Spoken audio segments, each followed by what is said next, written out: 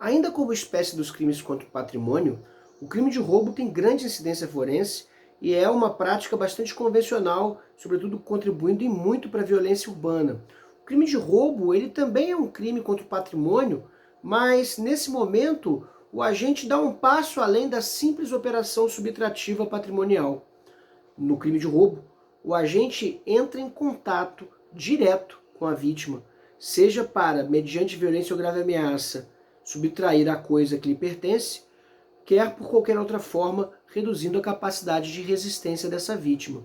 O crime de roubo ele é dado fundamentalmente pela fórmula descrita no artigo 157, que assim estabelece, de forma bastante parecida com o crime de furto.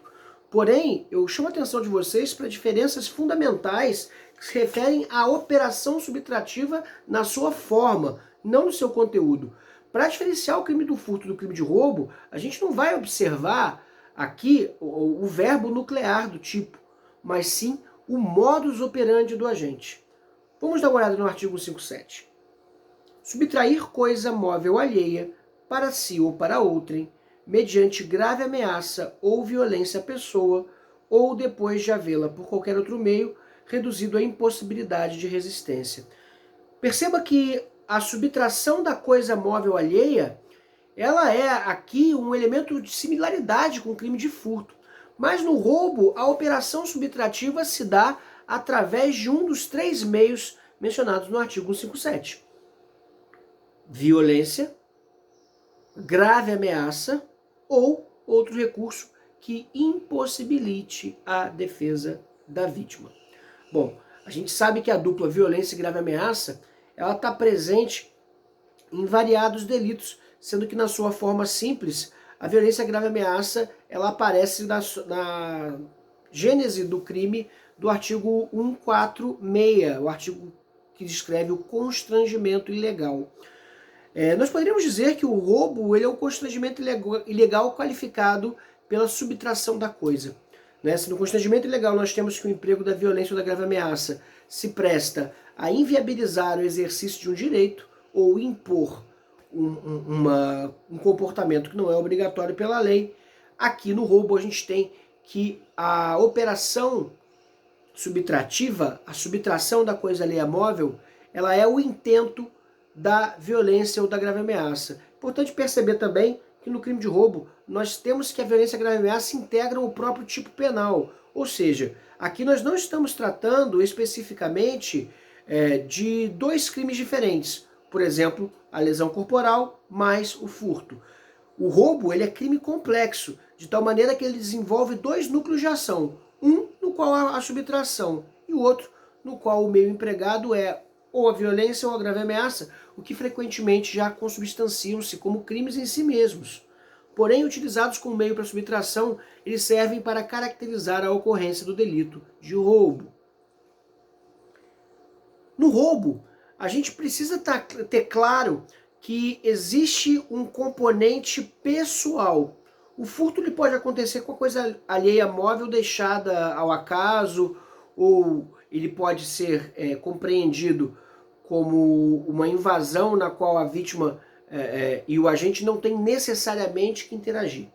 Mas no roubo essa interação é necessária, porque a vítima aqui ela é objeto da ação do agente no sentido em que o agente vai ameaçar gravemente essa vítima ou submetê-la a uma violência.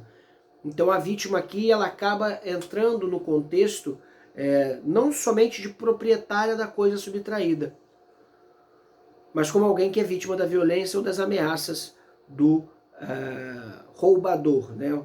Frequentemente chamado de assaltante. A gente costuma chamar de ladrão. Ladrão, assaltante são nomes genéricos, né? Aqui o agente do crime de roubo, ele é alguém que dentro do espectro do crime, ele dá um passo bem mais grave do que o simples furto. Né? Tanto que as penas do crime de roubo são bastante mais elevadas do que as penas combinadas às do artigo 155. Né? Outra diferença importante que a gente pode tratar é que no roubo a gente tem a figura do roubo próprio, ou seja, aquela em que o agente opera a agressão, opera a ameaça ou opera a forma de inviabilizar a resistência da vítima. Né? E a partir daí nós temos o que a gente chama de roubo próprio, ou nós temos o que é chamado roubo impróprio, que é aquele roubo descrito no parágrafo 1º do artigo 157. Na mesma pena, incorre quem, logo depois da subtração da coisa, emprega violência contra a pessoa ou grave ameaça, a fim de assegurar a impunidade do crime ou a detenção da coisa para si ou para terceiro. Ou seja, a figura do roubo impróprio é aquela em que a violência ou a grave ameaça acontece posteriormente à subtração. Né? Ela é uma figura que ocorre, por exemplo, quando o agente tem uma escalada delitiva. Né? Imagine, por exemplo, o agente que pratica um furto por arrebatamento. Né? O que é um furto por arrebatamento? É aquele furto no qual a vítima descuida da coisa ou distraidamente porta a coisa e o agente, surpreendendo a vítima, subtrai usando o elemento surpresa e a partir daí empreende fuga. Né? E aí começa a correr e a vítima do crime parte na sequência atrás do agente. Nesse caso, se a vítima alcança o agente e empreende uma tentativa de reaver as coisas subtraídas, percebe que o agente pode escalar do crime de furto, aqui na modalidade do arrebatamento, né?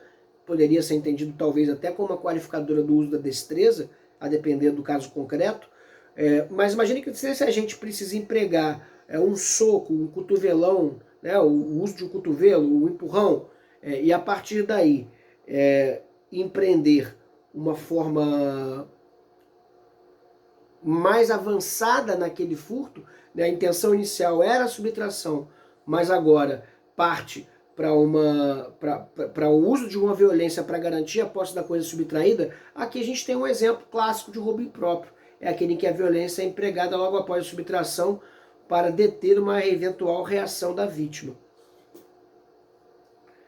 Outro crime bastante convencional, que é classificado como roubo, mas pode gerar alguma dúvida, é o roubo em que há a utilização de meios que impedem a reação da vítima.